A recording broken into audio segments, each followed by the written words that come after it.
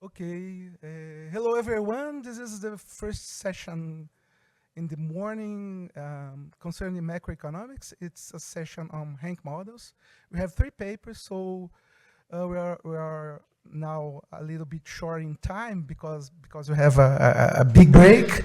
So we will proceed, and I want to invite Felipe Alves from the Bank of Canada. He will be the first one to talk. So Felipe, please, the floor is yours. Thank you very much, Wilson. Thank for the organizers for putting the paper into the program. So today I'm going to present joint work with Gianluca from micro to macro hysteresis, long-run effects of monetary policy. I'm from the bank, so the usual disclaimer applies. So don't take whatever I say to represent the views of those of the governing council from Bank of Canada. So the usual way we macroeconomists tend to think about aggregate dynamics, aggregate variables, we tend to think of them as composed of these two different components, right? We tend to think that some of the dynamics are driven by a secular long-run trend component. Okay, this one is not working? Or just because I have to? Okay. So I'll probably forget the microphone at some point now, but so we usually try to think or tend to think of aggregate dynamics as these two components, right? We tend to think of a long-run trend that is determined by secular forces, so stuff like innovation, demographic characteristics, etc., and an orthogonal component that captures all deviations from that long-run trend in the short run, which we usually think as drivers being usual short-run business cycle type of shocks. And importantly, we think of these two things as orthogonal, right? They're not interacting with each other. But that is not the only view, and in particular, a view that has of aggregate dynamics that has been around for a while as well is the view of macro hysteresis. And this is the idea that transitory shocks not only lead to these short-term business cycle fluctuations, but can actually have permanent or at least very persistent effects over aggregates. So instead of thinking of these two components as separate and orthogonal, is the idea that the cycle actually fits back to the trend, okay?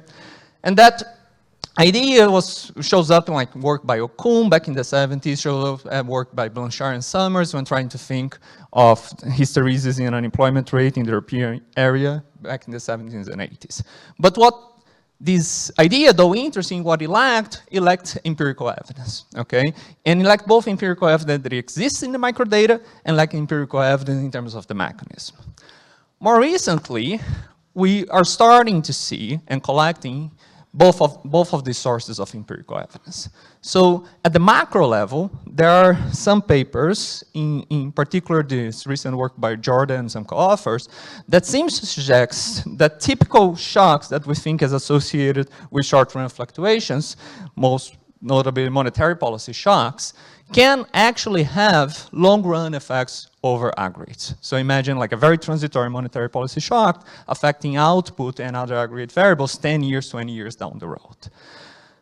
And there's also other work kind of trying to think of some mechanisms like Meyer and Zierman, but if more than any evidence at the macro level, where we have seen to accumulate lots of evidence of hysteresis and of scaring is at the micro level, particularly in terms of labor market outcomes of workers after some labor market events. So this is the idea that job displacement or graduating upon a recession or being at a local state that is hit more hardly by an aggregate shock leads not only to very large, but very persistent effects over labor market outcomes of individuals over that life cycle.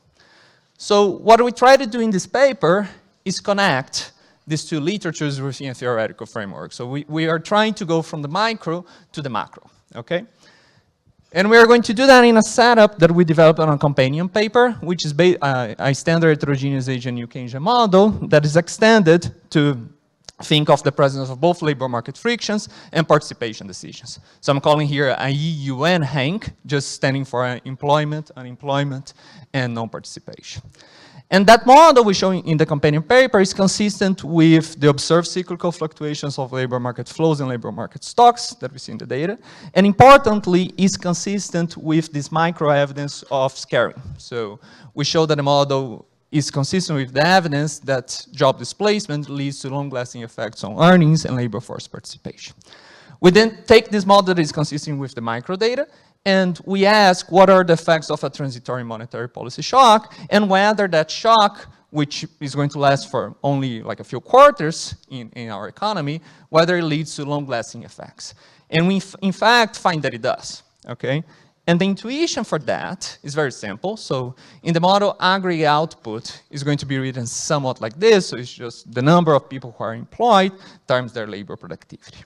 And you can think of the total number of people that are employed as just 1 minus the unemployment rate times their labor force participation.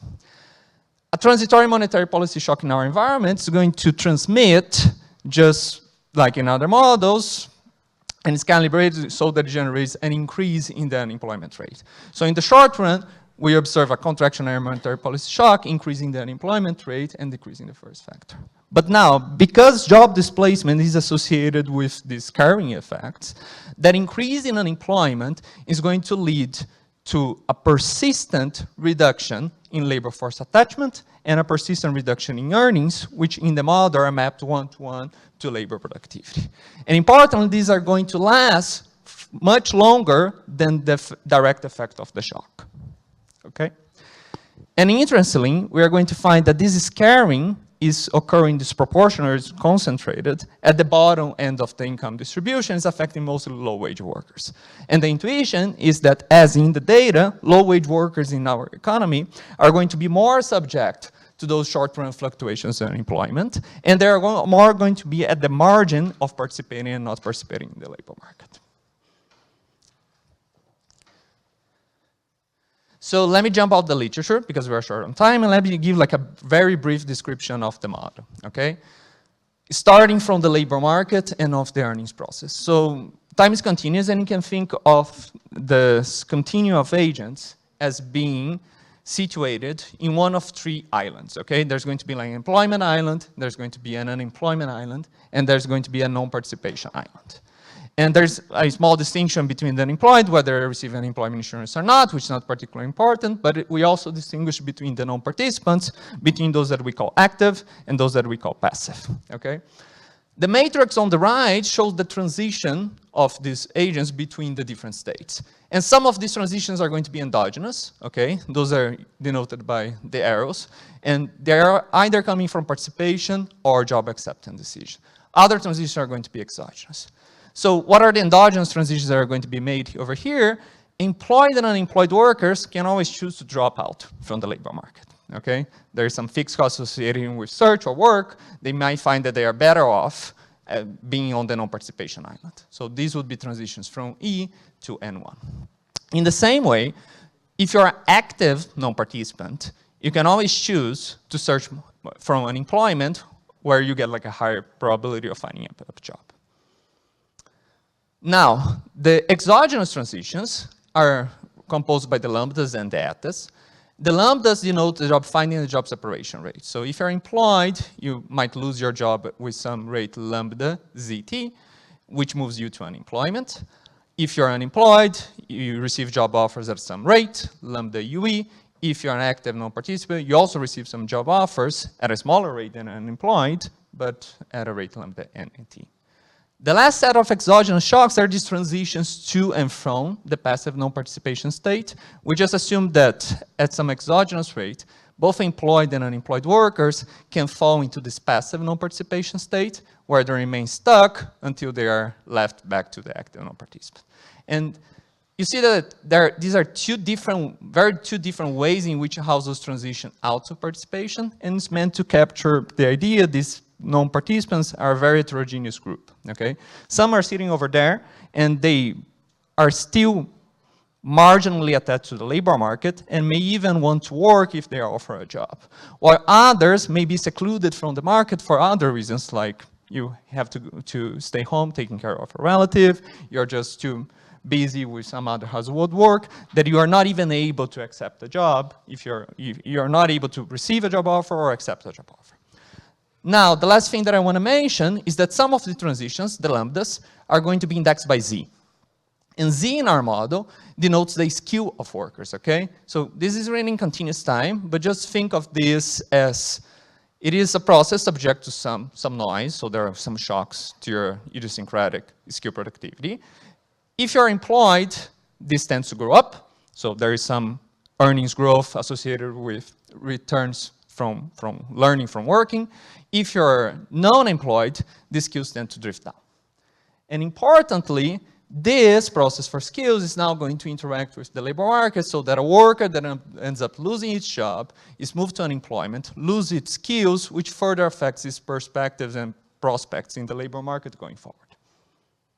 Okay? How am I doing on time? Just because? Yeah, it's okay? Okay, good. So rest of the model in one slide. Don't want to waste too much time. So these households are going to save on a liquid asset against that income and labor market risk.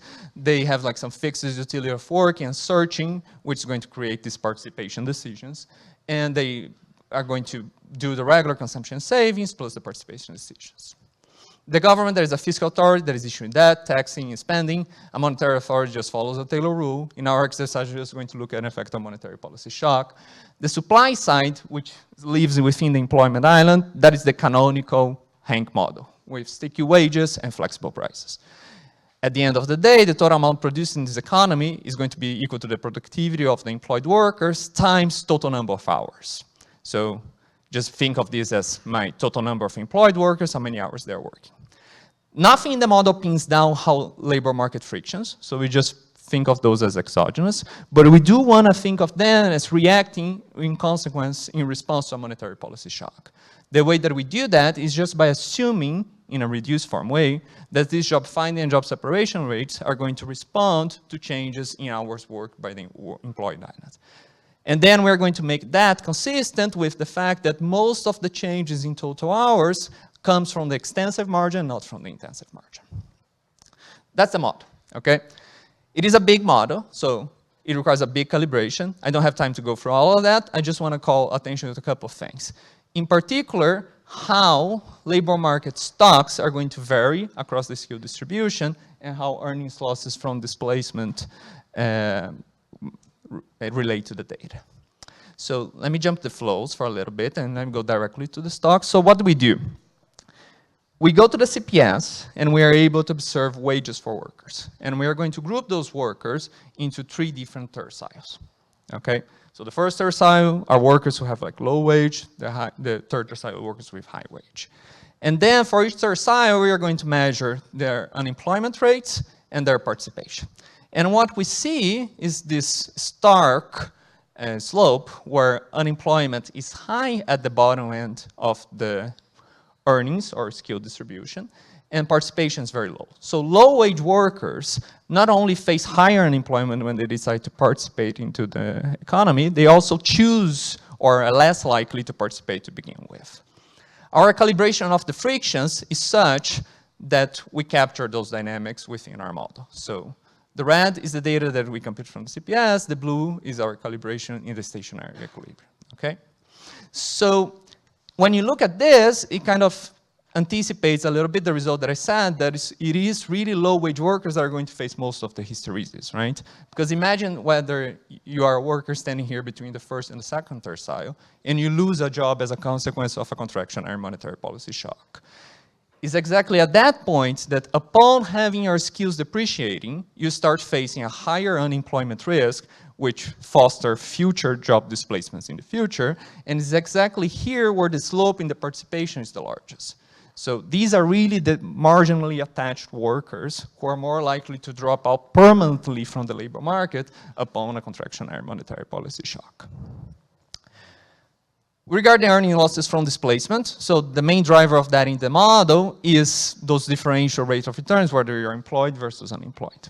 Okay, so on the left, we have the figure from Davis von Watcher, which just says that upon getting displaced, workers' earnings decrease by 50 to 30%, depending on the state of the economy. That makes sense, right? You just lost your job. But these losses are very persistent, and they affect around 15 to 10% 10 years after the separation, compared to a group who did not separate. We get like a similar magnitude within the model with earnings losses around 10% 10 years after separation. So that is my argument that the model is consistent with the micro facts, okay? So now, let me spend like just 2 slides saying that monetary policy looks reasonable within our model in the short run, okay? And for that, I'm going to compare the results of the model to this evidence from Graves, Chris Hackfeld, and Swanson, where they look at the effects of high-frequency identified monetary policy shock on unemployment, participation rate, and the flows, okay? And the cool thing is that they're not using only the FOMC announcements to retrieve that monetary policy shock, but they're also using speeches. So think of the speech today. There's some information contained over there. You can go into the asset market and try to recover whether that is a monetary policy shock. And when they do, they find like a contractionary monetary policy shock raises unemployment rate by 0.2 percentage points. It doesn't do much to participation at first, or at least the ranges are very large at first, but then it persistently drives down participation. Participation is still around 0.04 percentage points below 4 years after the shock. What do we get in the model? A monetary policy shock normalized to generate the same increase in unemployment rate of 0.2 percentage points seems to drive down participation by also 0.04 percentage points within this 5-year rise, okay? I'm not going to show you today, but if you look at the model, and we're also going to make the argument that upon monetary policy shock, all 6 labor market flows, so the transitions from employment to unemployment, unemployment to employment, non-participation to employment, they are all qualitatively in line with the data. So we are not only capturing how stocks are responding to a contractionary monetary policy shock, we're also capturing how flows are responding to contractionary monetary policy shock. So that is the short run. We're looking at responses up to 5 years. What if we extend this to a longer horizon? And here the longer horizon, or the long run effects, I'm thinking as 10-year ahead effects of monetary policy shock.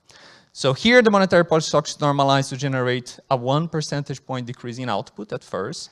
And you see from unemployment that is equivalent to a 0.6 increase in unemployment, but that's very transitory, right? So 1.5 years after the shock is already kind of half of the effect. 3 years after the shock is basically dissipated, and unemployment is back to its steady state. That is not the case with output. So output 3 years after the shock is still at 0.25% below steady state and seems to plateau, okay? And that is very persistent. If you go like 15, 20 years, there's still like some residual effect over here. So where is that scaring or this long-term effect coming from? If we write again our decomposition of output between hours, labor force participation, Z, we can write the labor income change to a contractionary monetary policy shock over the first year and over year 10. You see that most of the short-run dynamics are driven by this response of hours and unemployment, okay, while this contributes nothing to the effects 10 years ahead. What contributes to that scaring 10 years ahead seems to be the reduction in labor productivity and the reduction in labor force participation. Each of those terms contribute roughly the same for the 0.25 percentage point reduction in output. This is in the aggregate. We can look at the same decomposition at the bottom and at the top 25%. When we do that, the first thing that shows up or calls attention is that the bottom is much more affected than the top quartile of the skill distribution to a contractionary monetary policy shock. So over the first year, their labor income falls roughly 2 or 3 times more than the labor income in the top 25%. And kind of in the same way as in the aggregate, this is mostly driven by unemployment. Now, if you move 10 years ahead, most of that fall at the top 25% gets erased, right? So there is some residual fall at the top 25% because there's also some skill depreciation associated with unemployment, but we're going to argue that that is small. If you look at the bottom 25, in contrast, it barely recovers, right? So its income fall by 2% at the first year, is still 1.5% 10 years after the shock. And the mechanism for which it operates is a combination of both skill depreciation and lower labor productivity, but importantly also through participation. So workers at the bottom seem to not only be more exposed to the contractionary monetary policy shock, those effects are much more persistent, leading to a reduction in earnings for those that come back to the labor market, but also a permanent drop from the labor market. So let me just, I'm good on time, Ruth? Yes. So let me just conclude. So what do we do in paper? We work with heterogeneous agent New Keynesian model extended to include both labor market frictions and non-participation that is consistent with the scaring effects at the micro level. And we show that those are overflow at the macro level, so now we get a transitory monetary policy shock, also generate hysteresis at the macro level. The channel seems to be through scaring of both participation and labor productivity, and especially strong at the bottom of the distribution. Now, this is not specific to a monetary policy shock, okay? The channels that I described and this link between micro to macro is not specific to monetary policy shock. Any other negative demand or supply shock triggers the same mechanism. And in that world, you can think that policy might want to intervene to minimize these persistent losses that are coming from recessions at the bottom. The Fed, over its renewal back in 2020, seems to try to address that somewhat, and part of the renewal of the mandate has this idea of running the economy hot following a recession, okay? In the separate paper that I mentioned, together with Gianluca, we study exactly the trade-offs associated with this type of policy, where by running the economy hot, you're able to protect a little bit of these scaring effects that are operating at the bottom end of the distribution, because you make sure that these guys go back into employment quickly and minimize the size of the scaring effects. The counterpart or the cost associated to that is that running the economy hot implies into more inflation, okay? So just to mention, you guys are interested, we studied this trade-off in the other paper. Thank you. And now, I guess. Yeah.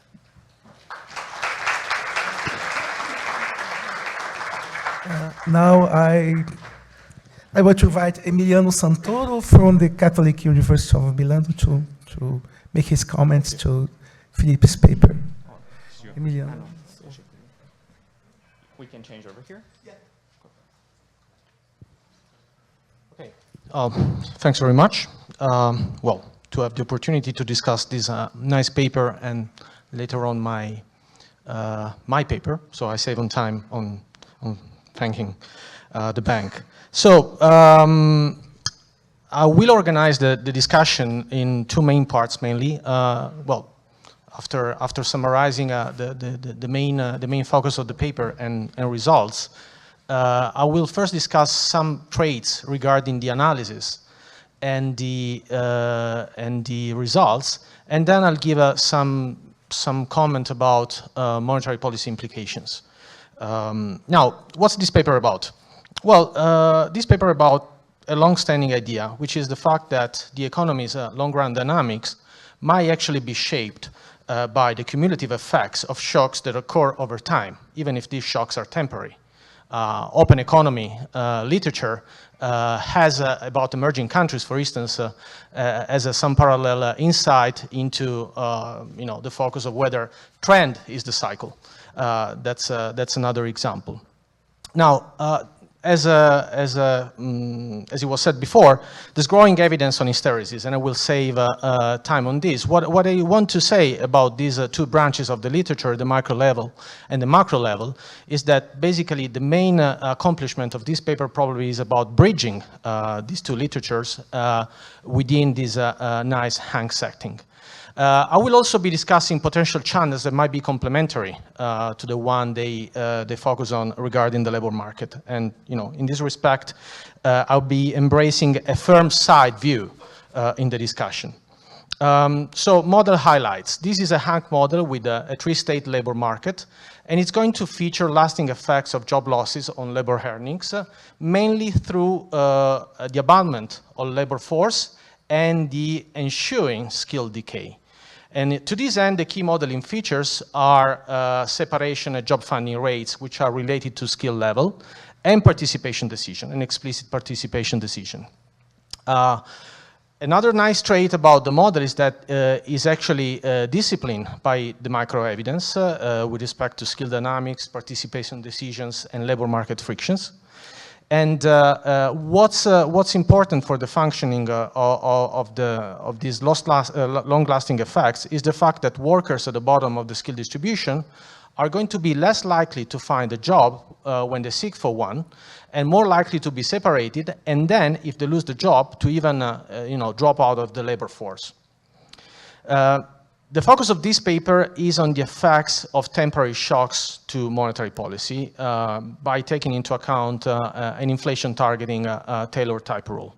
I'll be getting back to this, and how this shock actually goes from the labor market to the whole economy.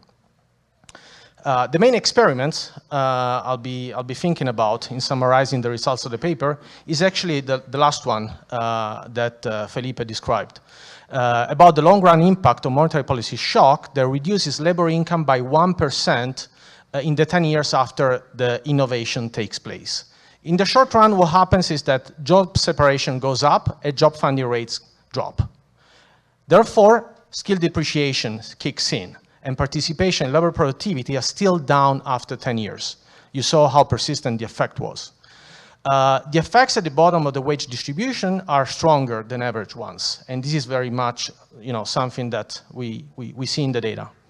At the same time, only short-lived effects on inflation, which have some important implications for monetary policy making, which I will be discussing in the last part of the presentation. Now, first part of my comments. Well, regarding the experiment that was described through the bars before, this is basically an impulse response profile of the same experiment. What we see is that earnings per worker are dropping for both the bottom and the top 25%. Again, the effect is far stronger, more robust, and persistent for the bottom 25%.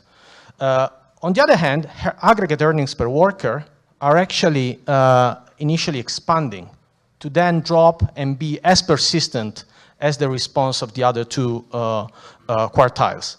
And I was wondering whether this is something that might actually square with what we see empirically. I mean, this is going to imply, most probably, that there's going to be a large increase of middle-income workers' earnings.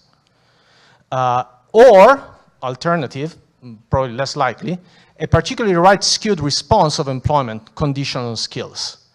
Now, if I look at the impulse responses of the paper that was cited by Graves and co-authors, what looks like is that the median wage growth is actually broadly contractionary. I mean, this is a growth rate measure, still. Also, what we see in the graph is that we have a very persistent decline that implies a very protracted inequality, you see here, mostly because of the initial response by the bottom 25%. And I was also wondering whether is this something that can be validated in the data. I mean, basically, how hysteresis actually fares into wage inequality. Second comment, we see large swings in the participation rate. It first expands in the short run, and then it contracts and remains persistently low. I mean, it was plateauing, as Felipe was saying. And this is most likely due, this is due to procyclical movements in the transition to employment to non-participation and unemployment to non-participation.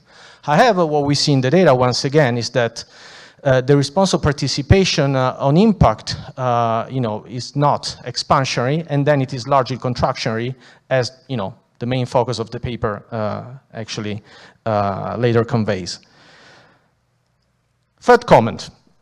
This is more of a technicality, but you discuss in the conclusion. I mean, I'm very much into non-linearities. It's something that it's very intriguing to me. And you discuss the scarring effects of negative temporary shocks, but also the possibility of positive ones. Basically, in an expansion, you drive more people into employment, and this builds up productivity, okay? in this respect, I find that probably there might be an important role for on-the-job search, because job-to-job transitions are what's mainly driving wage growth in expansions. And therefore, I was actually wondering whether there's room for some sizable asymmetries, both on impact and later when hysteresis kicks in. In this respect, there is a paper on the AER that actually discusses endogenous disasters stemming from labor market frictions. And that's because, by solving the model with a standard search model with global methods, they actually highlight the fact that there's a very strong nonlinearity built in these frameworks, which is not otherwise uncovered when looking at linearized settings. This comment is about firm dynamics and whether these might actually play an important role for hysteresis, a complementary role. There's a former student of mine at the University of Copenhagen that was using very high quality bank firm worker data from Denmark. And what it shows is that following financial shocks, there's a higher separation rates for high skill wage workers in financially exposed firms, which are subject to these shocks. Now, nevertheless, these high wage workers find a new job rather quickly, but at a lower wage than the one they had before. And this is going to contribute to flatten the Phillips curve further. And it looks like something very much complementary to your mechanism, and definitely something that leads to analogous monetary policy prescriptions. And talking about monetary policy prescriptions, I have comment 5. So there is an absence of persistent effects on inflation, and the key implication here is to avoid excessive weight on inflation and maintain expansionary stance of monetary policy once hysteresis has showed up, okay? And in this respect, I mean, you have a companion paper that is specifically focused on the bottom of the distribution of workers in terms of skills. But there seems to be a rather general trade-off between the cost of short-run inflation fluctuations and long-run deviations in real activity. And I was wondering whether trend inflation might actually play a role here, because what's typically shown is that in the presence of sticky wages, trend inflation is going to erode the purchasing power of wages between adjustments, leaving workers, leaving employees worse off.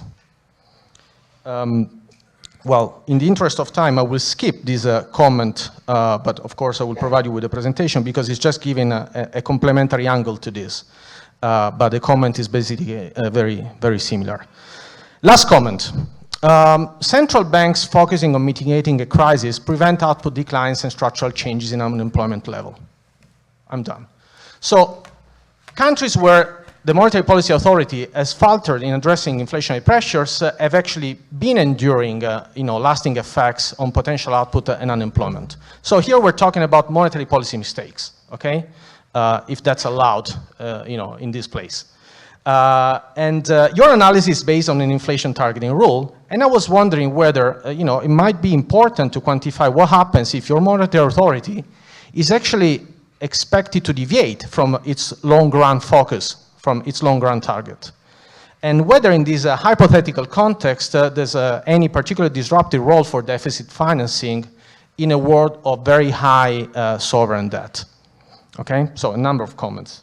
So to conclude, very, very nice, intuitive piece of work that presents a model, the way it should be, disciplined by joint dynamics of stocks and flows in the labor market.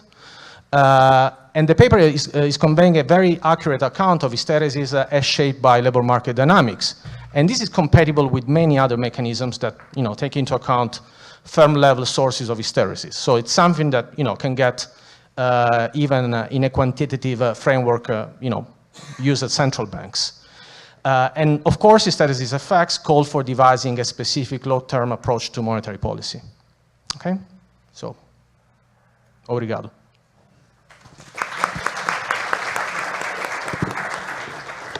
We don't have much time, but if Felipe wants to reply any of those points, we have 3 minutes. Sure. Thanks. So let me first thank Emiliano for the great discussion. There are a bunch of points, but I guess I can talk about some of them. So first, regarding, and Emiliano is spot on, we do have that result. If you kind of go back to my bars, it was the case that earnings per worker was contributing positively to a contractionary monetary policy shock. And where this is coming from is exactly the fact that job finding and job separation rates depend on skill. So upon a contraction, most of the people that ended up being fired are the low-skilled workers. So when we compute earnings per worker at the outset of the recession, we're computing average earnings among middle and high-skilled. So there is a selection effect going on. Okay, but what kicks in eventually is as these people go back to employment, they endure that skill depreciation that shows up on the later years of the expansion. Regarding participation, yeah, you don't see whether this is kind of reacting positive or negative. Here, what I would allude to is that if you look at some of the transitions to non-participation, we're getting those right qualitatively, right? So there is some counter-cyclical labor supply response in the sense that in a contractionary monetary policy shock, less people transition from employment to non-participation and unemployment to non-participation. Our calibration is one where those transitions are large and there is a very stark response, but it lasts only for a few quarters. What really pushes down participation in the long run is actually something that you wouldn't expect. What really pushes down participation in the long run comes from unemployment. And that comes from what Sahin and Robjin call the participation cycle. Unconditionally on the cycle, unemployed workers are much more likely to drop out from participation than employed workers do. So upon increasing the size of the unemployment pool, you just automatically increase the outflow out of participation, okay? And all the other comments are very useful. I'm sure that you appreciate the difficulty of solving these models non-linearly, right? But just one comment that I want to make that I find is useful, that we could make the exercise and I played around with it.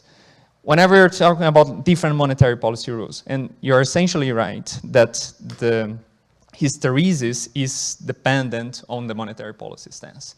In particular, if we play around with a monetary policy rule that says we not only want to bring inflation back to the target, we want to bring output back to what we find is potential.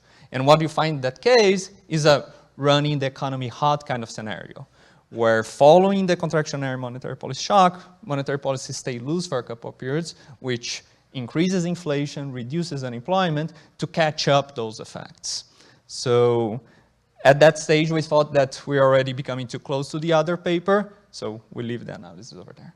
But thank you very much for the discussion. Now Emiliano is going to present his paper. Thank you. So the clock is now, is it working? The mic, yeah, the time, more or less, oh yes, it's working. Okay.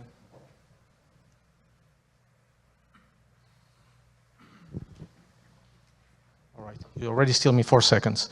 All right, so this is joint work with Emil Olspart from Dream Copenhagen and Ivan Petrella from Warwick.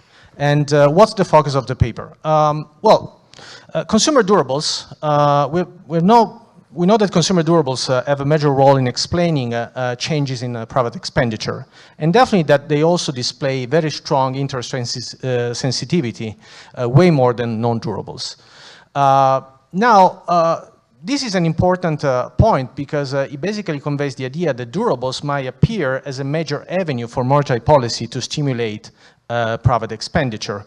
Yet, there is still very much to be understood about how shocks to monetary policy actually transmit into sectoral and aggregate expenditure and at the household level. So there are at least 3 levels through which we can actually slice this kind of perspective. Now, according to Hank economies, general equilibrium effects emanating from labor demand drive the brunt of the response of consumption, of non-durable consumption to monetary policy shocks. On the other hand, rank economies featuring consumer durables are based on the view that interest rate sensitivity is primarily driven by intertemporal substitution. And even in settings with some limited household heterogeneity, like lamp settings or settings with collateral constraint, general equilibrium forces tend to play a muted role. So what's going to be the focus of this paper? Well, this paper is going to concentrate on the fact that interest rate sensitivity displayed by durables is mechanical because it basically arises from the fact that the demand for durables is for a stock, and even changes, even small changes in the latter, as those stimulated by a temporary shock to monetary policy, can cause significant variation in the flow of durables. Now, the point is that this property actually did not exclusively hold in connection with intertemporal substitution only. If some wealth and sector heterogeneity are significant enough to activate and potentially amplify some additional channels of transmission. And that's what we do in this model. We devise a two-sector Hank model, which looks very much like the two-sector models in the rank tradition, to analyze the importance of different channels through which monetary policy shocks propagate at the sectoral and at the aggregate level. And in doing this, we bear in mind that durables have a dual functionality. They act both as a consumption good and as a store of value, okay? And this is going to play a role in our setting. And the way these two properties combine is actually going to dictate their response in a very different manner when we look at agents sorted depending on their holdings of liquid assets. So, I'll give you a first overview of the contribution. So, well, what we find is that, obviously, not only the response of non-durables, but also that of durables is primarily driven by general equilibrium forces, okay? So, the lesson from the Hank literature remains. Yet, durables are going to be subject to some sizable direct effects that, in turn, are going to have a grip on aggregate consumption, okay? So, some of that interest rate sensitivity is actually going through intertemporal substitution. Pure income effects are in fact going to be very much important to resolve the co-movement puzzle, which is classically detected in two-sector rank economies. Basically, when you have a rank economy with two sectors, and one of these two sectors has prices which are more flexible than the other, consumers are going to substitute for the good whose price is more flexible when there is a contractionary shock. There is an intratemporal substitution effect, okay? But the point is that in the empirical evidence conveys the idea, a robust evidence, that durables and non-durables are responding in the same direction for a given shock to monetary policy. Actually, for a number of shocks in the aggregate. And the third result is that when decomposing households' expenditure based on holdings of liquid assets, we highlight some distinctive traits. Regarding savers, so holders of liquid assets, there is a sharp reallocation of resources between the stock of durables and bond holdings when there is a monetary contraction, because the rate of return on bond holdings basically increases. And this reflects a very sizable capacity of the direct interest rate effect of intertemporal substitution. Opposite responses of durables and non-durables though. So when we look at savers, their durables and non-durable expenditure co-move negatively, weakly negatively. But when we introduce wage stickiness, which mitigates movements in the relative price, so we tone down that substitution effect I was telling you before, actually also these agents are going to display positive co-movement between durables and non-durables. Regarding the liquidity constrained households, these guys are going to be decisive in displaying positive co-movement in the aggregate evidence, because they consistently display conditional positive co-movement in sectoral expenditure. And that's because for these agents, general equilibrium forces are very strong. So, well, I'll skip the relevant literature in the interest of time. I'll go to the model, which is a rather standard model, with the addition of one sector, durables. The way we model durables in intertemporal utility is basically through a CRRA function. And durables are going to be subject to some convex cost of adjustment. Okay, we're not modeling non-convexities in order to remain in the realm of those models in the rank tradition of two-sector economies. And yeah, otherwise the model is pretty much like you know, the monetary policy according to Hank model.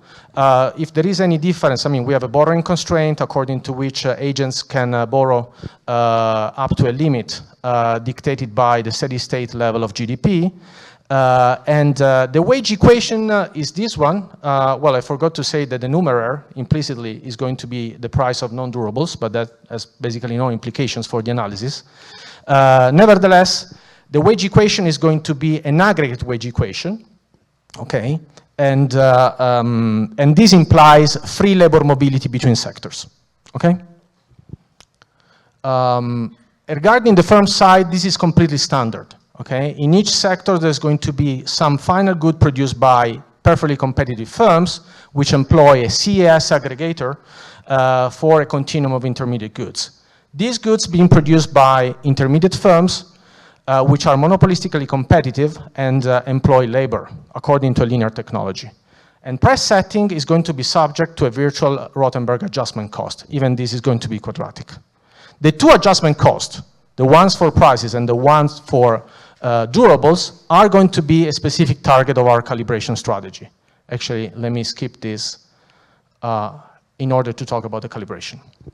So, parameters are generally going to be set to target long-run moments, but the adjustment cost of sectoral prices and durable investment are going to be calibrated through a simulated method of moments protocol, okay? In doing so, we target the average sectoral duration of prices, with durables displaying more flexible prices in line with a number of papers on this specific literature, and the volatility of relative consumption. So the volatility of durables to non-durables, okay? Which is about, you know, in the ballpark of 3.5 on impact. The model conveys some, you know, some sensible results even on non-targeted moments. For instance, you know, the steady state skewness of the durable stock over non-durable consumption is very close to, you know, a similar figure reported by Bertola and co-authors. The marginal propensity to consume on non-durables falls maybe a bit short regarding the interval of 15 to 25% typically conveyed by the literature, whereas the marginal propensity to spend, it's about 77% and falls right, you know, in the middle of the interval reported by Leibson and co-authors.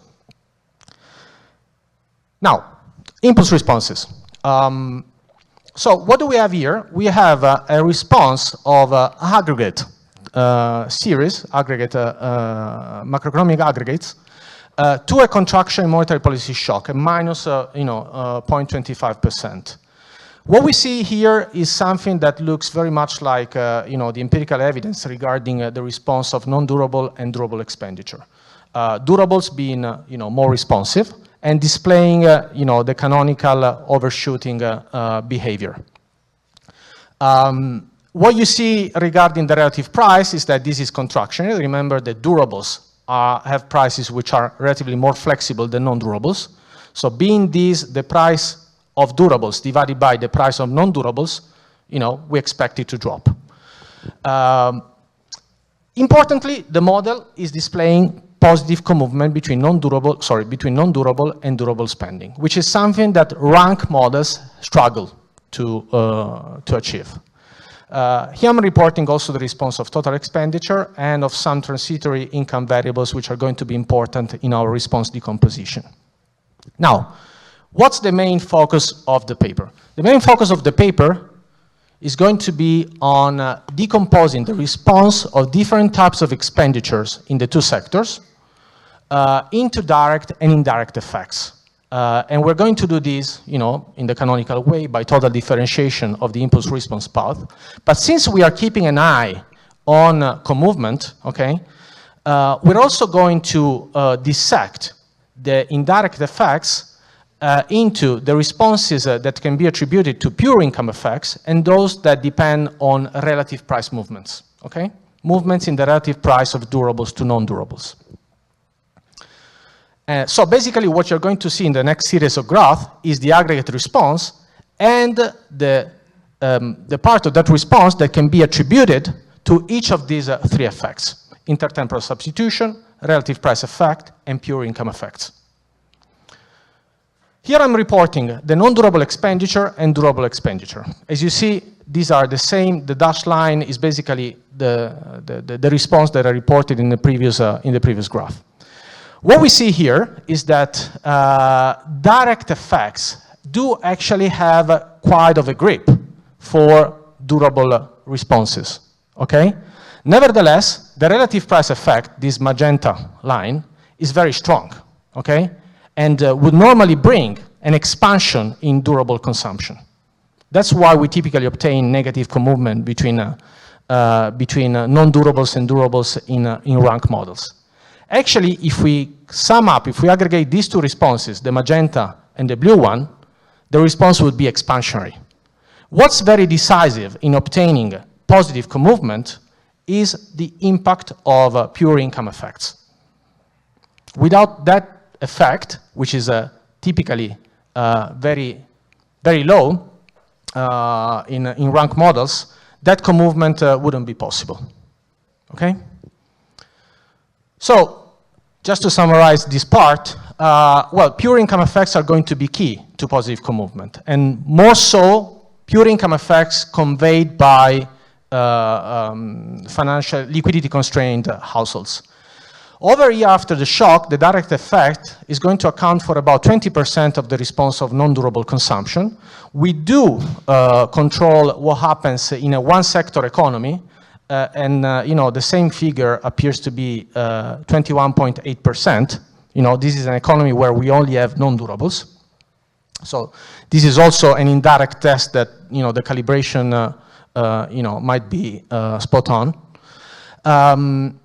Normally, the contribution of income-related effects is going to be about twice as large as that of the direct effect, okay? When we look at aggregate consumption, the decomposition between direct, pure income, relative price effects appears to be 29, 99%, and minus 48%. And aggregating these two figures so as to derive the total contribution of general equilibrium forces, what we show is that regarding total consumption, there's almost an even contribution of intertemporal substitution and general equilibrium forces when looking at aggregate consumption. Now, an interesting decomposition we pursue is the one we do with respect to agents sorted regarding their asset holdings, regarding their bond holdings, okay? On the left-hand side, we have savers. On the right-hand side, we have constrained households, okay? And we are reporting durable spending and non-durable spending. And what's clear when looking at savers is that pure income effects play a very minor role. And again, the relative price contribution is decisive in bringing about a positive response of durable spending for these agents, which is typically what we observe in models with Ricardian agents in rank economies. So for these guys, there's going to be negative co-movement in durable and non-durable spending. For constrained households instead, pure income effects are going to be large and very much important, especially for durable spending, in bringing about positive co-movement. We do have some response decomposition for some special cases. I want to focus on mostly on the one with wage stickiness. And the reason why we do that is that profit cyclicality, as we know, might be very important in connection with general equilibrium effects, okay? And also, we want to tone down the impact of relative price movements so as to invert profit procyclicality through sticky wages. Okay? So we do elaborate a version of the model that we then recalibrate featuring sticky wages, okay? And the twist basically consists of replacing the wage schedule with the wage Phillips curve in the tradition of Herzeg and co-authors. Let me just focus, well, actually I do have time. Let me focus on the bottom row of this graph where we are reporting the response, sorry, this graph. the response of non-durable expenditure and durable expenditure in the model with wage stickiness, okay? As you can see here, the response, the impact of relative price is going to be much lower, as expected, because the relative price in this version of the economy displays much lower variability, okay? Nevertheless, pure income effects are still going to dictate most of the responsiveness of both non-durable and durable consumption. To see that, let's go to the same graph for this version of the economy where we split between savers and constrained households. What we see is that, focusing on the dashed line, the two agents are actually reporting very similar aggregate responses. The dashed line looks very much similar between agents, both for durables and non-durables. Nevertheless, what's interesting is that the reason why their responses behave the way they do is completely different. Pure income forces are still very much important for constrained households. You see, there is a very strong correspondence between the continuous black line and the black dashed line for these agents. On the other hand, for savers, what's very much important is intertemporal substitution, okay? So it looks like these agents are displaying very similar responses, but for very different reasons. And that's something that we can't quite test in the data.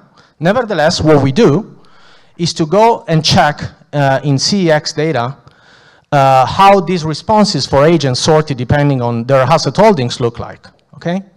And we do a VAR exercise, sorting asset holders, sorting consumers participating to the CES survey, and partly relying on an imputation procedure through the survey of consumer finances into asset holders and non-asset holders. Asset holders being agents that hold at least $1,000 of liquid assets. Bonds, stocks, savings, checking accounts, and so on.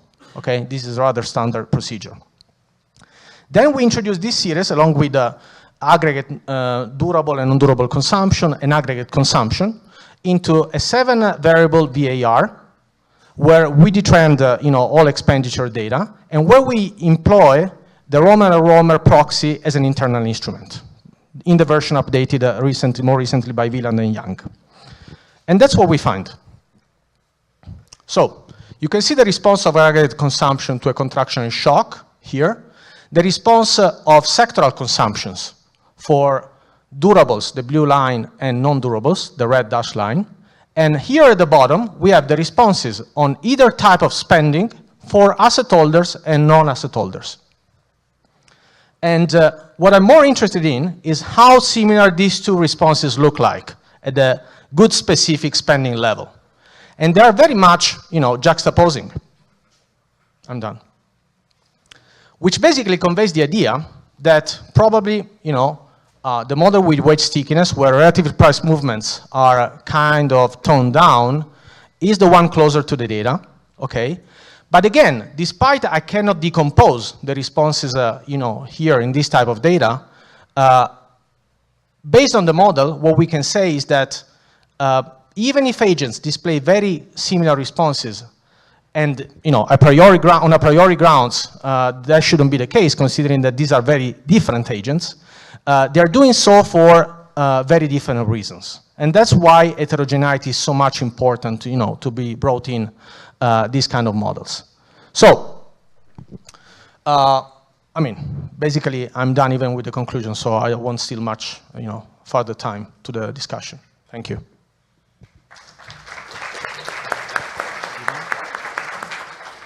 Ivan, for your comments, please.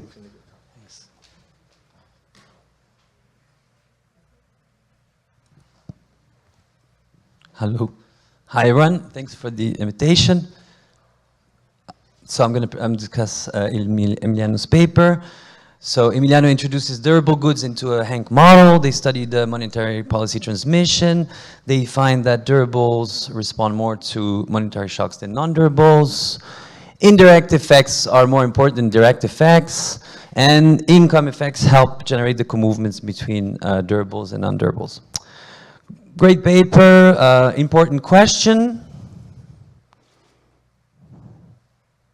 They study, so we want to understand, there's work already on investment, but durables are a big part of consumption. So the authors have a clear plan, add 2 sectors into a Hank model, study the implications, perform some decomposition. So great job on that.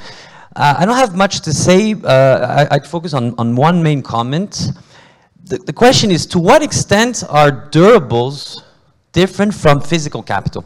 There's a work by Violante and co-authors on 2 asset hanks, right? They have consumption and investment.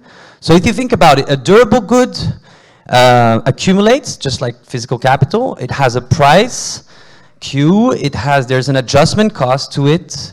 It's sensitive to interest rate change. So if you were to just relabel durable into just physical capital, you would have a 2 asset hank model. To what extent your results would change? I guess here maybe the main difference is that durables enter the utility functions, but apart from that, in this model, a durable good is exactly like physical capital. There's also the fact that it enters the production function. So how are your results different from a standard 2 asset hank model with investment? Is there more amplification, less? If we were to have a 2 asset hank model with wealth in the utility function, so K in the utility function, just like non-durable, just like durables, wouldn't we have the same model?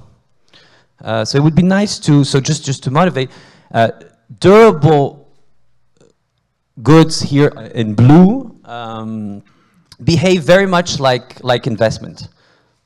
So that's why students of the business cycle tend to actually categorize non-durable consumption and put it together with investment. So, and by the way, also we see that in recessions, durables, even though they account for a small share of GDP, they account for a big share of the fall in GDP in recessions, just like investment. Investment are a small share of GDP, but they account for a huge share of the fall in GDP in recession. So again, durable goods are an investment from the point of view of households, and students of the business cycle actually put them together with investment. So why are durables special in the sense? Why could we just add it into investment and have the same results? So I think you should at least maybe provide some comparisons with the existing benchmarks. So you talked about the 1 asset, 1 sector Hank model. So here you show that indeed monetary policy shock seems to be amplified. But again, I think the most relevant comparison here is to what extent your results change vis-a-vis a 2 asset Hank model with investment. Is it more or less potent? Are the propagation channels similar? And there you would have to relate to existing work by Violante or by Auclair, Roglin-Stroop, so who have also studied the amplification channel that investment and physical capital adds to monetary policy. So it would be nice to see a difference. I guess because you have it in the utility function, also because it's not in the production function, there should be changes. So it'd be nice to see what the changes are relative to a standard Hank. And then my final comment is, now that we know that durables are important, they amplify the monetary policy shock. How should monetary policy respond optimally in the present in an economy with durable goods? Should it be smoother? Should it be more aggressive? In a sense, how does the Taylor coefficient change? So it would be nice, maybe not to, I know it's hard to conduct optimal policy in these settings, but it would be nice to at least provide some welfare analysis for a given demand shock. How should policy respond given that we have durable goods now relative to an economy without durable goods? So that's it. Thanks.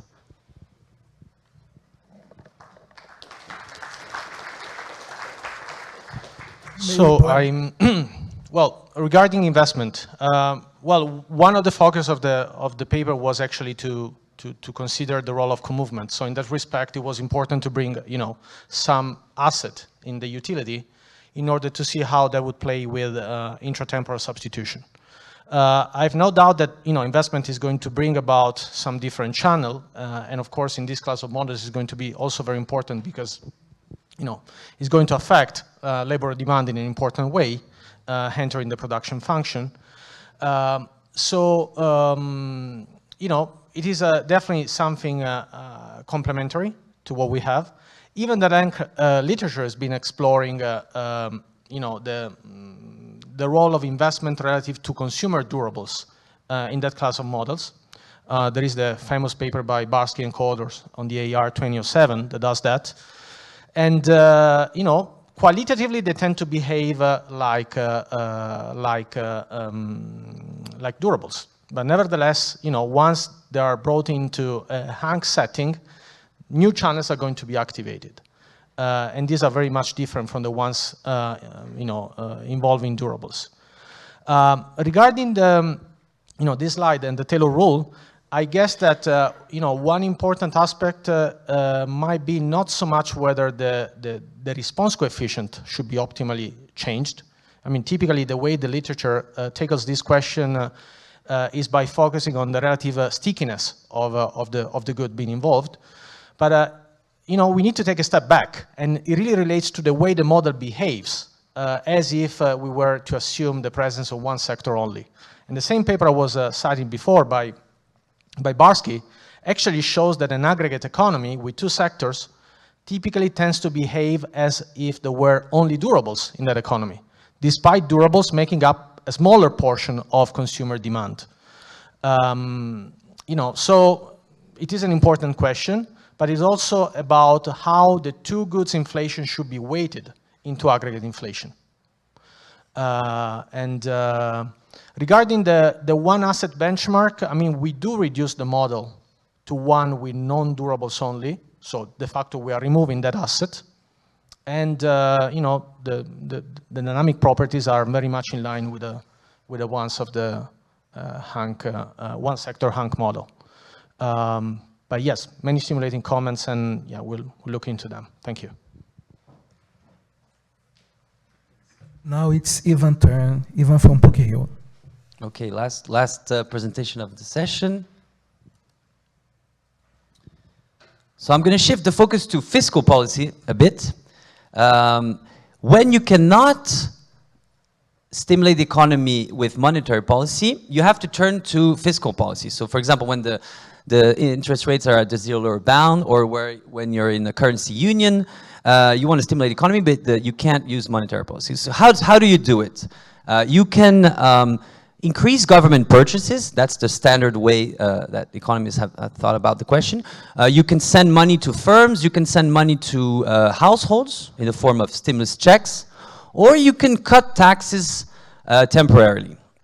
And in a recent paper, Christian Wolff shows that in the context of Hank economies, lump sum transfers, so sending a uniform lump sum transfer, sending a check to everybody, the same amount to everybody in the population, is equivalent to a monetary policy cut, in the sense that any allocation that you can obtain with monetary policy cut, you can obtain by sending a uniform amount of money to everybody in the population, because it stimulates demand. So we study in this paper the merits of another fiscal tool, which is temporary cut in the VAT, consumption tax. So it's a temporary cut.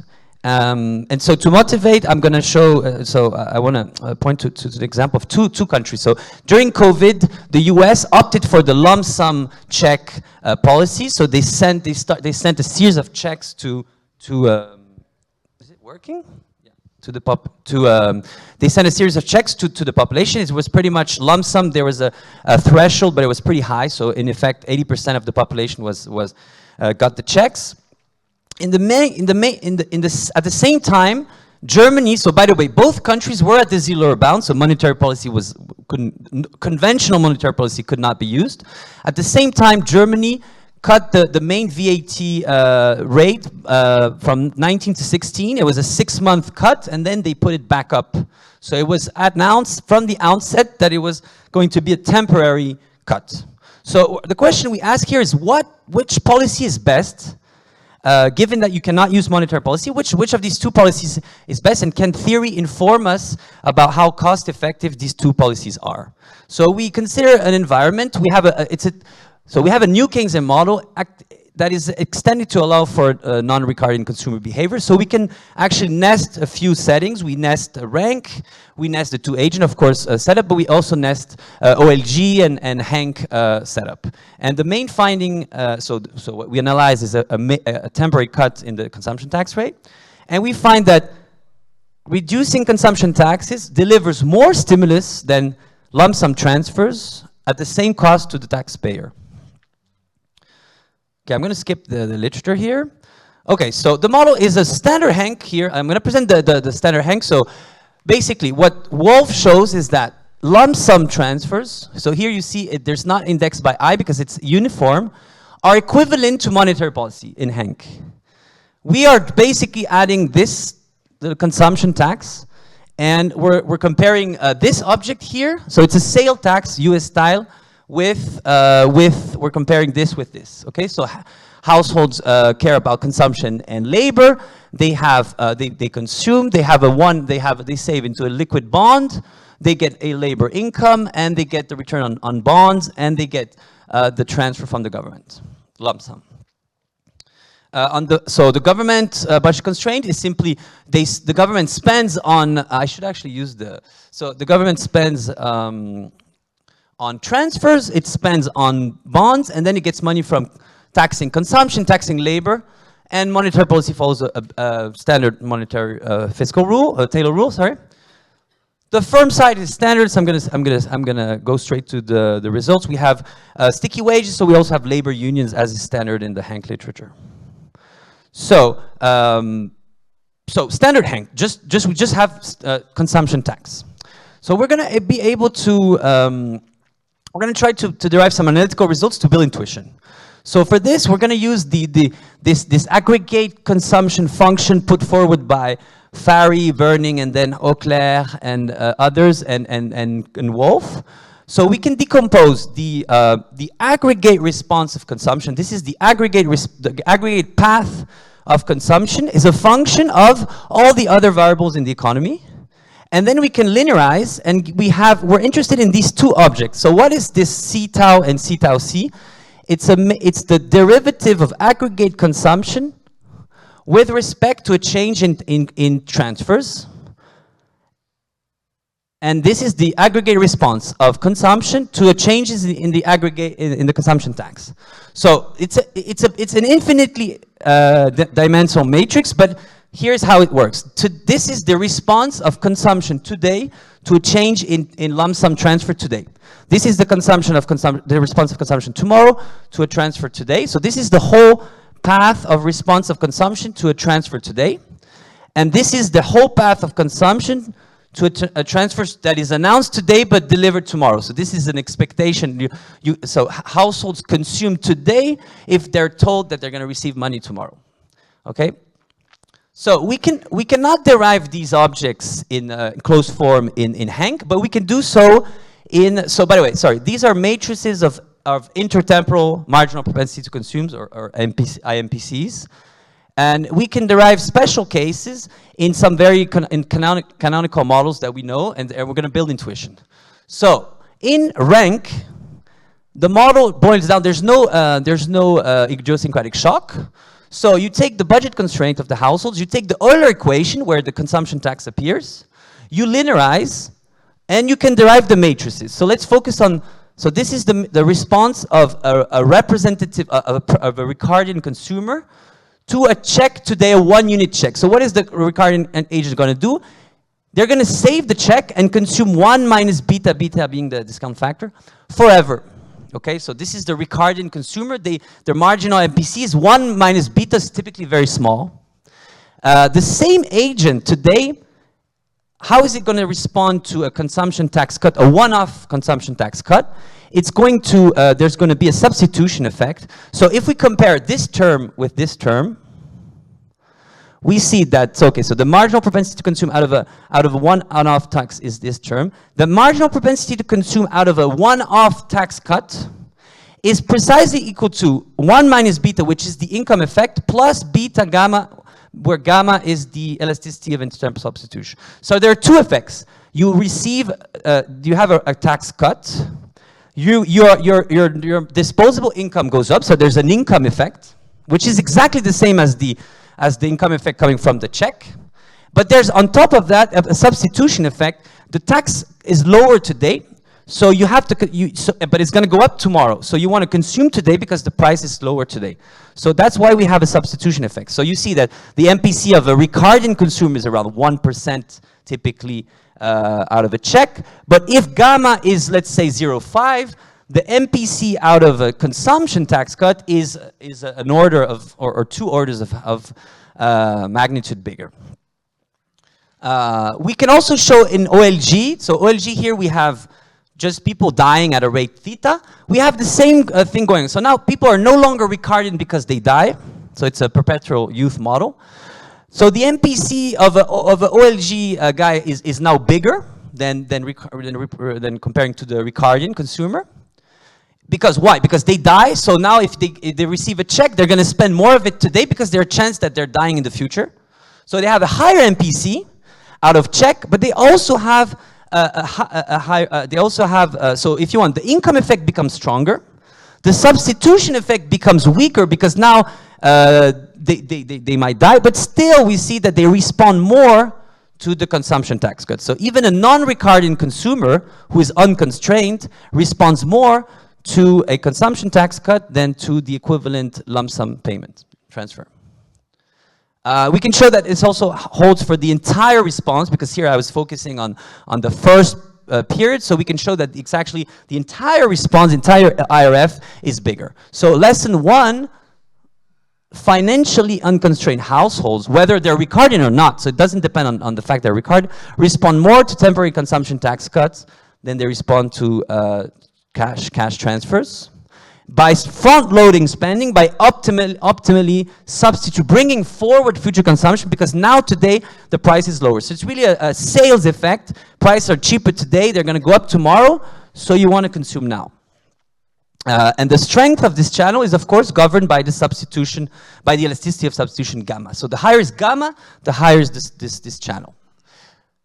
But there's a twist, though. There's a trade-off, because think about someone who is very so someone who now is a hand-to-mouth, someone who doesn't save at all, so they just consume all their income.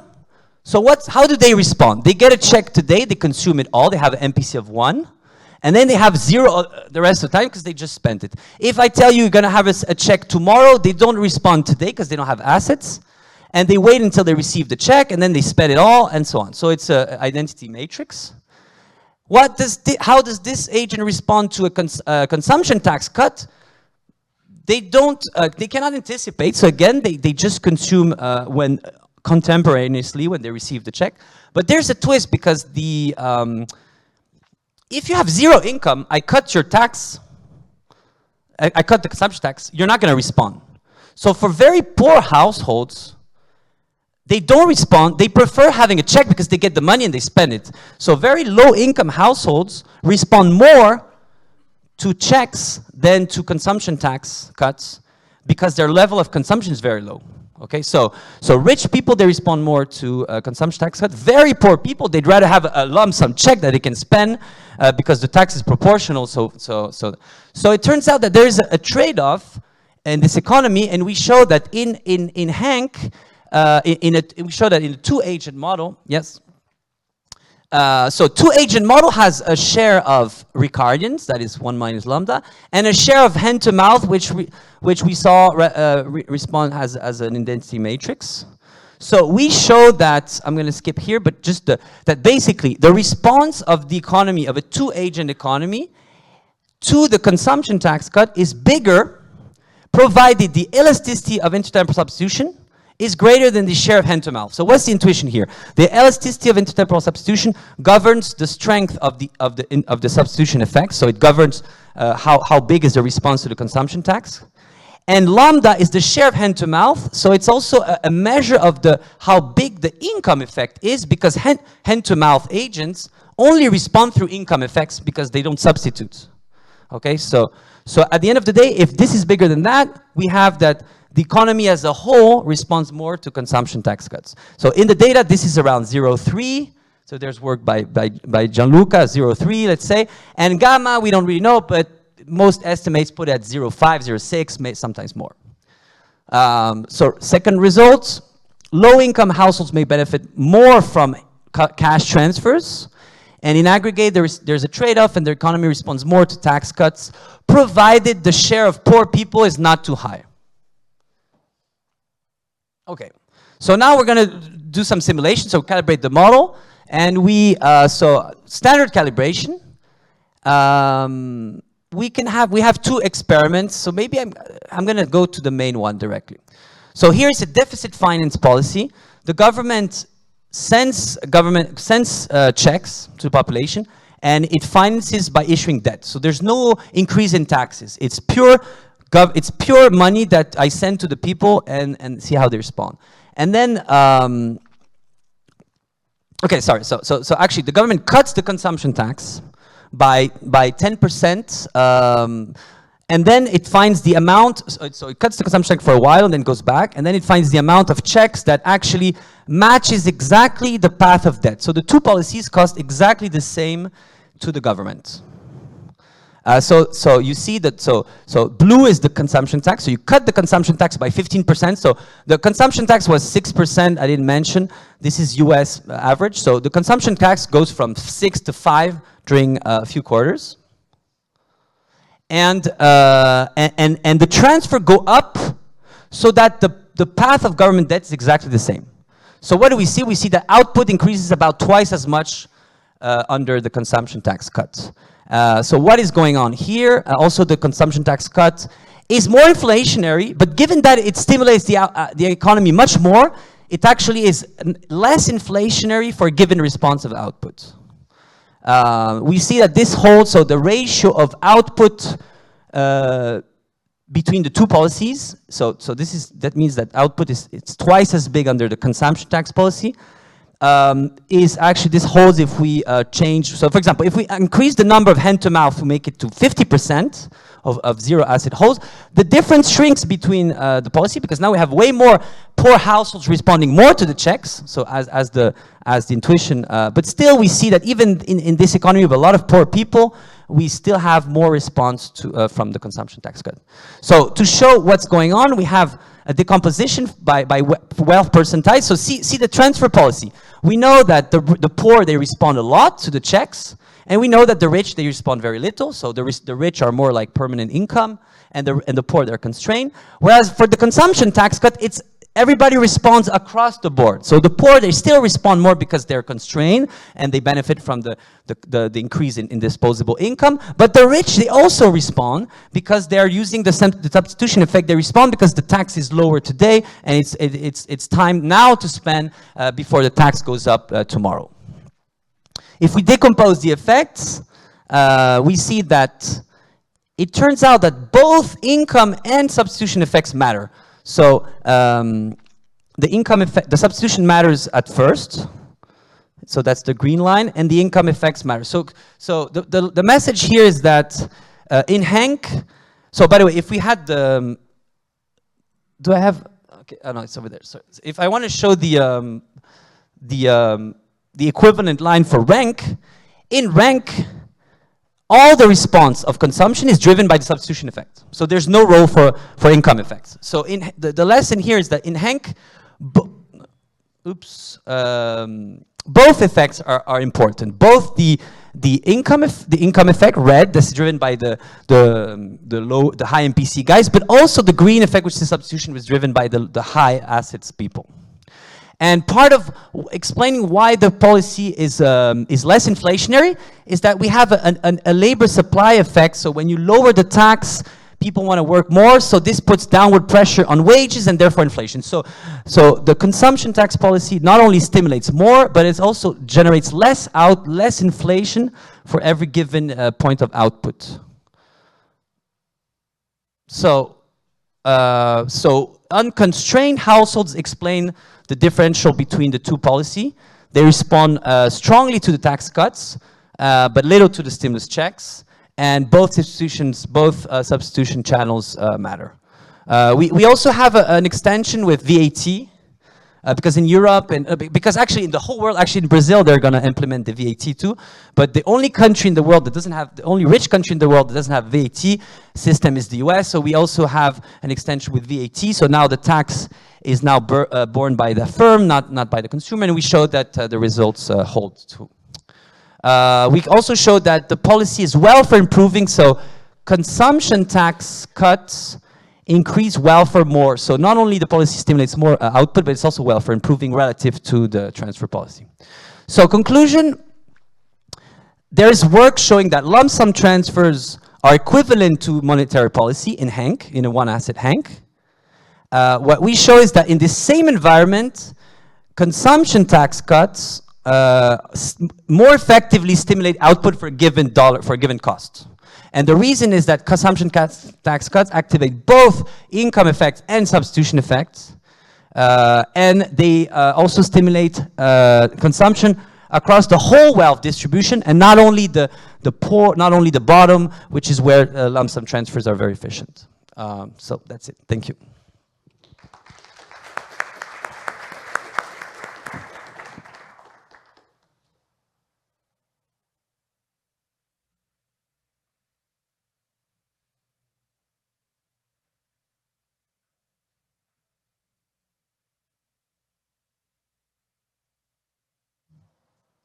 Did I manage to close mine? I do think I managed to close mine. Acho que eu consegui fechar o meu, onde que tá.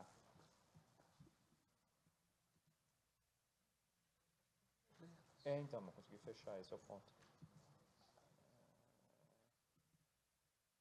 There we go.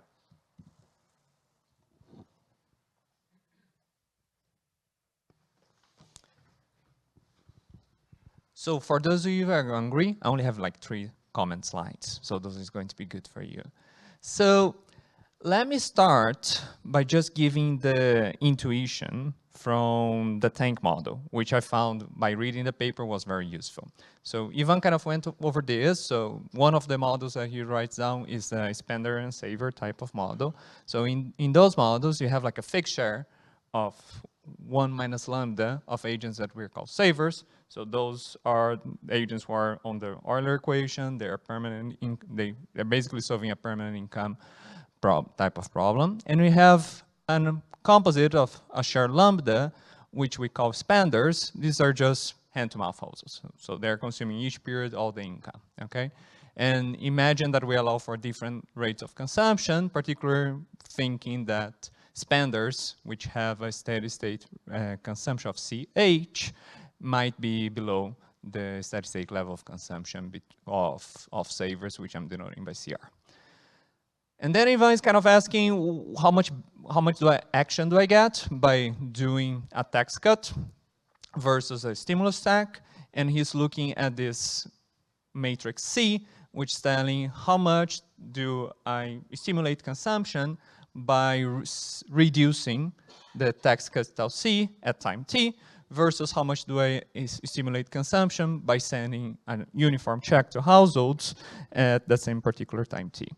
And because we can derive this infinite dimensional matrix, you get a very nice analytical result that tax cuts stimulate more consumption as long as the following condition holds, okay? And I really like the intuition that you guys give in the paper, that what is the extra kick that you get from the tax cut? The extra kick that you get from the tax cut is that it triggers some intertemporal substitution. So you're basically emulating a change in relative prices between today and tomorrow. The share of savers are going to respond to that, and their intensity at which they respond depends on their intertemporal elasticity of substitution. So that's why by following the blue policy, the tax cut, you get like an extra kick of gamma, 1 minus lambda, and it's proportional to the rate. Now, sending stimulus, both in the case of tax cuts and stimulus checks, households have an income effect. Now, if spenders consume very little, so if CH is very small, they do get less income from the tax cut, which is proportional to their consumption, than receiving an $800 check. So the extra kick that you get from a stimulus check relative to the tax cut is exactly measured by 1 minus the consumption of spenders times the fraction in the population. So the result that Ivan showed is kind of, just imagine that the consumption is so small that we throw this to 0. By consequence, the consumption of spenders is 1 over lambda. That is the condition that you get that the tax cut's more stimulative as long as the intertemporal policies of substitution is greater than the share of hand-to-mouth. And that seems to be the case when we look at these estimates. From that point onwards, the quantitative exercise goes into the direction that it should. So I think these are simple models. They provide intuition. We go to the data. We try to measure. I have 2 minor comments of stuff that I think might be useful to use in the model. One major comment that is just to flow all ideas, okay? So my minor comment is that the main statement of the paper is the following, right? It's saying that temporary tax cuts are delivering more stimulus than transfers at the same cost to the taxpayer. So that's the importance, that's the game that Ivan is playing, okay? And the cost is understood as the size of the stimulus. And in particular, the exercise is one where we're saying the size of the stimulus of changing the VAT from 6 to 5% is exactly the same package in terms of dollars of just sending $800 to everyone. But as he mentioned, the main exercise of the paper is under the assumption that this deficit is actually self-financed, okay? Meaning that the government just comes in, says, I'm going to do this policy, but I'm not going to raise labor taxes or I'm not going to take out money for households at any period in the future, okay? And these deficits are able to be self-financed because they generate a boom, okay? They're going to generate a boom, so there is more labor income that the government is going to be able to recover from. There's more labor income. The government, even though it doesn't raise its taxes, gets more total taxation. And that boom also generates inflation that devaluates the value of nominal assets.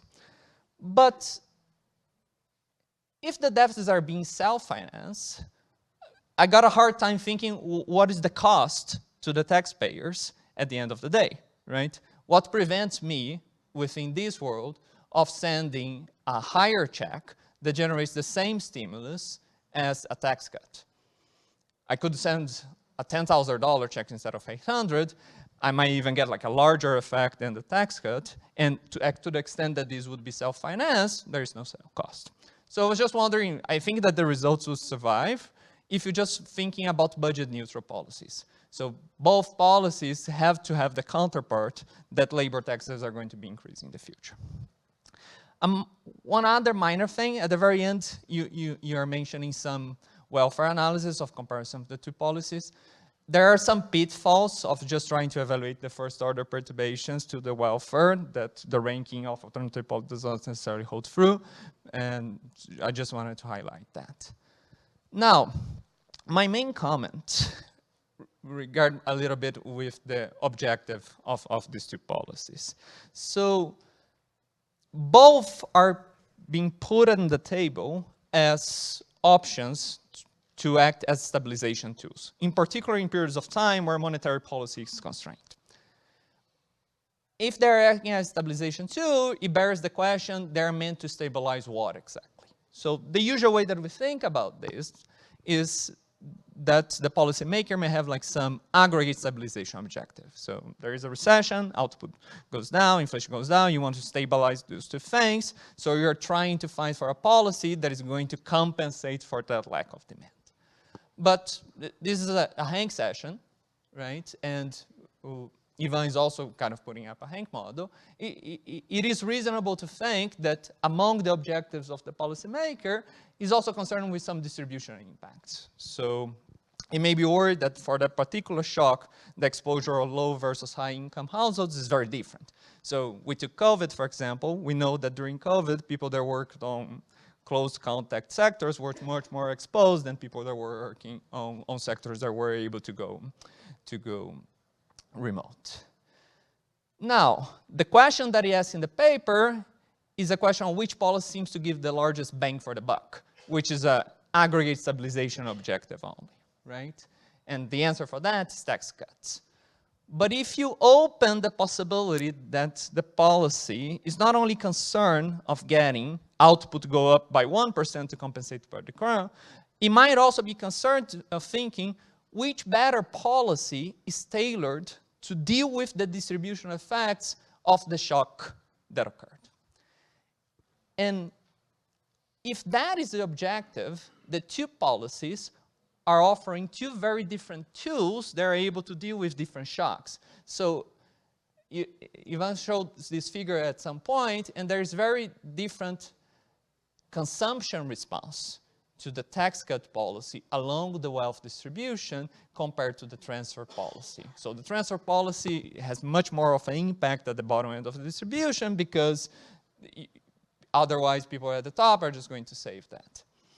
But if you imagine that the original shock hitting the economy is one that looks exactly like this but mirrored, right?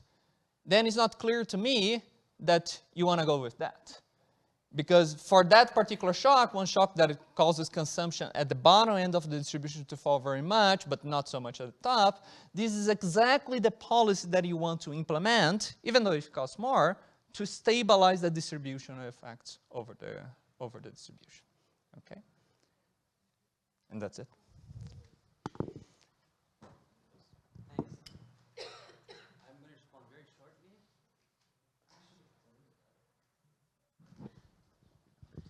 Thanks, Felipe. So I didn't have time, but now it's the opportunity. So I did the revenue neutral thing. So here, suppose the consumption tax policy is financed by raising lump sum taxes period by period, so that the debt is constant. Then, so government debt's constant. You lower the consumption tax, and therefore you lower transfers to pay for it. Then we see that output increases and inflation falls. So in this respect, I was saying that the policy is less inflationary. So we did that. We also did the case where you adjust the labor income tax down the line. But then the thing is, then you kind of have the effect of a tax cut on consumption plus a tax increase on labor. So we thought it was cleaner to do but we did it, yeah. So it seems to, but yeah, it's a good comment. We kind of found this self-financing result kind of cool, so that you don't have to. So you're right that it's not. To which extent could we just increase, transfers if it seems to be self-financed? Of course, there are some issues here that there's that credibility. The interest rate might go up, so that this model does not adjust. That does not account for. Regarding your last comment, you're right. So at the end of the day, we're not arguing that you should always go for a consumption tax cut. This was an exercise to kind of illustrate the benefits of tax cuts, but we think that in an ideal, that the policymakers should use both transfers and tax cuts. In fact, they should probably use targeted transfers. So you could devise a policy response that would take all these tools into account, and you could use both transfers and consumption tax cuts, for example, to fight a recession. Thank you.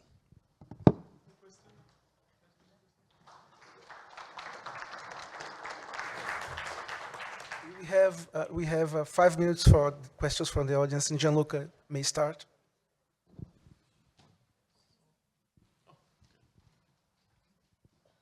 Thank you. So my understanding, you don't have capital in the model, right? You don't have capital. Okay. So one difference between the two policies is that, and you can see it from the consumption response that you have in one of the slides that Felipe has on the slide, I think, the last slide, is that the consumption response for the lump sum transfer at the top of the distribution is almost zero, which means that is saved, that all that extra transfer is saved. With a productive asset, probably those savings will go into capital, which is going to affect production and output in a positive way. So that is a sort of a margin that you're missing. and the saving rate for those households will be almost 100%. And so there may be like a relatively large effect on capital accumulation and on output through investment. Yes. So it's, yeah, it kind of go the other way. Yeah, we actually did the 2-asset version. We didn't put in the paper. We find that that investment also increases after the consumption tax cut. Because so you have there's more inflation, so the real interest rate is lower, so that's a channel. But even holding, you could have a central bank that holds constant the real rate, and we still have effects because there's a bigger boost in outputs. So this leads to more capital demand, and so there's also more investment. These are two different channels. These would occur like sort of directly through increased saving, increased investment. The other one is more general equilibrium through pricing. Yeah. Anyone has any additional questions to any of the presenters? No? Okay, so Lunchtime. lunch then.